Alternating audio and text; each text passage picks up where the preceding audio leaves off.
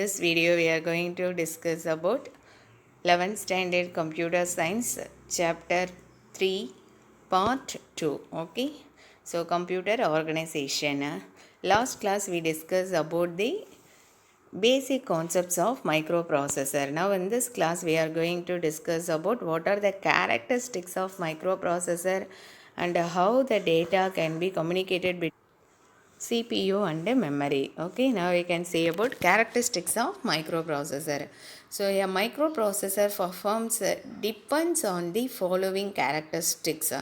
So how we can specify the characteristics of microprocessor based on the clock speed, instruction set and word size. Okay, so the internal clock fixed with the microprocessor. Now you can see one by one in detail. Okay, so what is meant by clock speed? Every microprocessor has an internal clock. Okay, the clock is attached with the microprocessor that regulates the speed at which it executes instruction. For each and every instruction is inside of the microprocessor, it regulates the speeds. So and then each instruction is executed, it calculates the speed of that instructions. The speed at which the microprocessor executes instruction is called the clock speed. So clock speed is measured in megahertz or in gigahertz. We know now each and everything we are measuring with the units. Yes. So how we can measure the weight based on the kilograms, grams, kilograms. Yes. So if we want to measure the liquid things, then we can use a liters, milliliter, liter. The same way, if we want to measure the speed of the instruction, then we can use a unit megahertz or gigahertz. Okay, so each and every instruction executed in a microprocessor is calculated by the speed. That speed is known as the clock speed. Okay, so instruction execution speed is known as the clock speed. Instruction set. So that is a command written by the programming language is known as the instructions.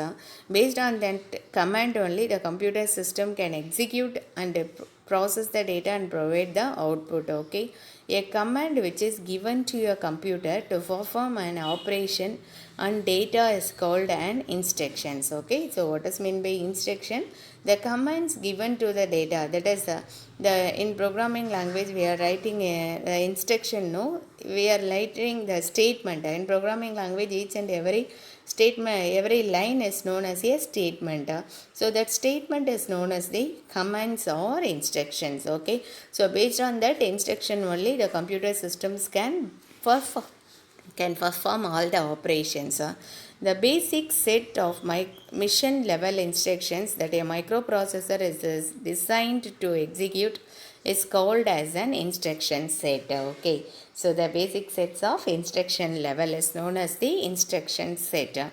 This instruction set carries out the following types of operations.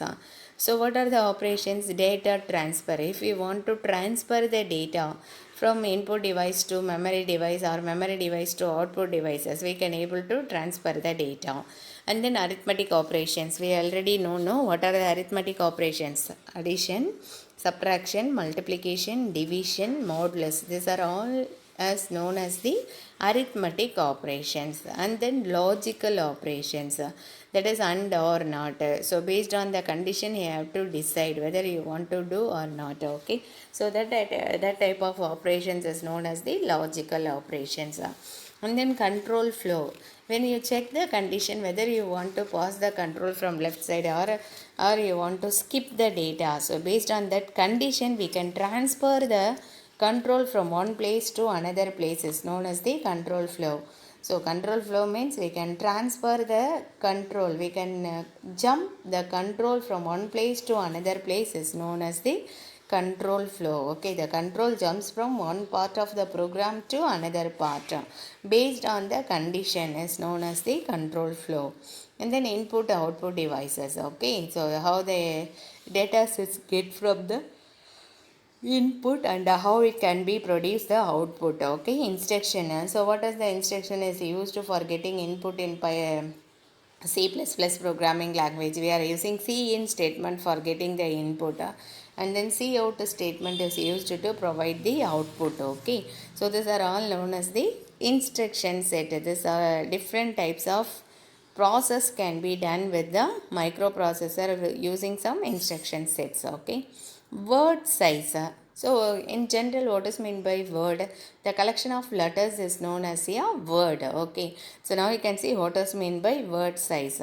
The number of bits that can be processed by a processor in a single instruction is called its word size. Okay, so what is meant by word size?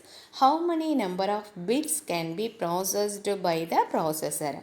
We can see different types of CPUs are available, that is 16-bit processor, 32-bit processor, 64-bit processor.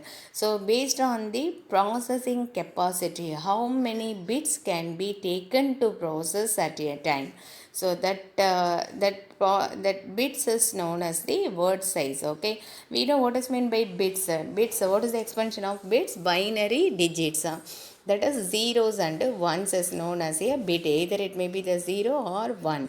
So the a single digit is a single unit of data is known as the bits. Okay, so the number of bits that can be processed by a processor in a single instruction, okay, is called its word size.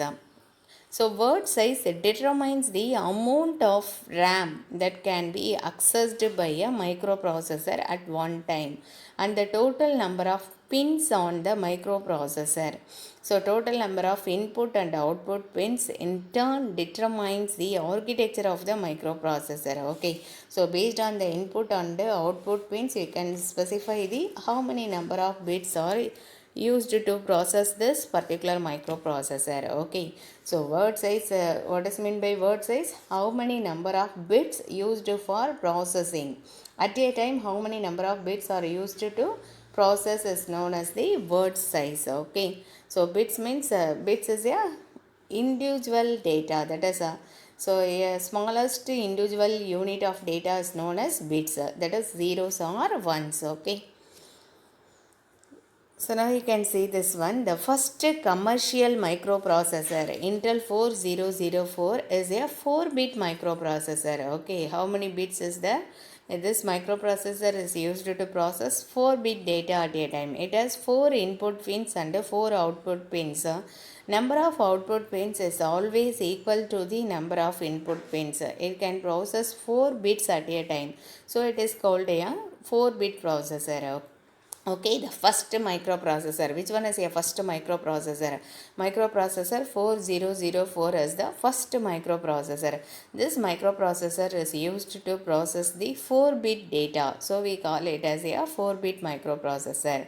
Intel Inc. released many microprocessors like Intel 8085, which is an 8-bit processor, Intel 8086, which is a 16-bit microprocessor, and then currently most of the microprocessor use 32-bit or 64-bit architecture. Okay, so when we install some games in your computer, it shows no your microprocessor is not support this version, your system is not supporting. Okay, so what is the problem is that your microprocessor is not able to read that particular instructions. Okay, so yeah, microprocessor have different bits of microprocessor. What are the different bits? 4-bit microprocessor, 8-bit microprocessor, 16-bit processor, and then 32-bit and 64-bit microprocessor. Okay, so say this tabular column so what are the companies are produced from which to which the microprocessor are used. Okay, so manufacturer Intel Inc., that is first microprocessor 404. Okay, so and then clock speed is 740 kilohertz. We already know no speed can be calculated by the unit hertz. It may be the kilohertz or gigahertz. Size 10 micrometer. So the microprocessor size is 10 micrometer. Transistors 2300 and transistors are built. Data with 4 bits data with, and then package is 16 pin. Okay, so this is the description about the 4004 microprocessor. Okay, now you can see the how this data communication between the CPU and memory. Okay, how the central processing unit is communicated. The central processing unit has a memory data register and a memory address register. So data register is used to transfer the data and the address register is used to transfer the address of the particular instructions. Okay, so the memory data register keeps the data which is transferred between the memory and the CPU. If you want to process, what we need a data from the user or you can get from the computers. Okay, if you want to make process, we need some data. The data can be transferred through this memory data register. The the program counter is a special register. Okay, the PC, what is the expansion of PC? Program counter. Okay, so program counter is a special type of register. See you it is inside of the CPU, which always keeps the address of the next instruction to be executed. Okay, so which instruction can be executed next, that instruction address can be stored in this program counter. Okay, so all the instructions are stored in the all the instruction addresses are stored in the memory address register. When the processor is start to process, the next instructions is stored in the PC program counter. Okay, so it keeps currently the next instruction is going to be processed. Okay, the next instruction address can be stored in the program counter register. So we call it as a special register. It is used to store the next instruction address. Okay, address of the next instruction. So the arithmetic and the logic unit of CPU places the address of the memory to be fetched into the memory address. Okay, so where it can fetch the address? It fetch from the memory address. A bus is, we already know, no? What is meant by system bus? A collection of buses, address bus, register bus, and then address bus, data bus, memory bus. Okay, so a bus is a collection of wires. What is meant by bus? A bus is a collection of wires used for communication between the internal components of your computer. So the address bus is used to point a memory location. So all the data are stored in the memory. How we can fetch the particular data from the memory? We can using address only, we can fetch the data. If for example you can say your address, how we can say number 415. So like that, number 415 Car Street, Edruvanamlai, you can say like that. No, here number is used to specify the particular house. The same way in your computer, in memory all the data are stored in the particular address. Okay, based on that address only you can able to fetch the data accurately to process. Okay, fetch the correct data. The address bus is used to point a memory location. A decoder, a digital circuit, is used to point to the specific memory location where the word can be located. Okay, where the words can be located. The address register is connected with the address bus, which provides the address of the instruction. So the address register is connected to the address bus. So it provides the address of the instruction. Each and every instruction address can be provided to the address bus by address register. A data bus is used to transfer data between the memory and the CPU. Okay, so the data bus, where it can be transfer the data? It can transfer the data between the memory and the CPU. The data bus is bidirectional. That is, we can send the data from memory to all other devices, as well as it can able to get data from processor to the memory also. Okay, bidirection. That is, both the direction we can able to send and receive the data. And the address bus is unidirectional. Address bus is having the unidirection. The control bus controls both read and write operations. So what are the operations that can be performed in the computer? So it is a read and write operations. So what does mean by read operation? When we read the content, that is when we transfer the data from other device to computer, is known as a read. So when we can write data, that is we can able to store the data with your computer. Okay, the read operation fetches the data from memory and transfer to MDR. So memory data register. So what is the mean by read operation? Fetches data from memory and transfer to memory address register. That is when we store the data in C colon or D colon. If we want to retrieve the data from stored data is known as the read operation. Okay, we can take the data from memory and to other devices.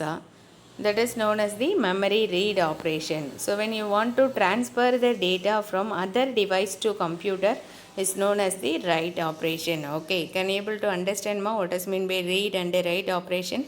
Read means we can fetch the data from the computer. Okay, so already stored data we can get and read, no, that is known as the read operation. If we want to store the data from other device to computer, that is we can if you want to transfer the data from pen drive to computer, so that is known as the write operation. We are going to write the content from other device to your computers, so we call it as a write operations. So there are two operations performed in the microprocessor, that is computers, that is read and write operations. Okay, is it clear? Okay, in the next class we discuss about the remaining topics. Thank you, students.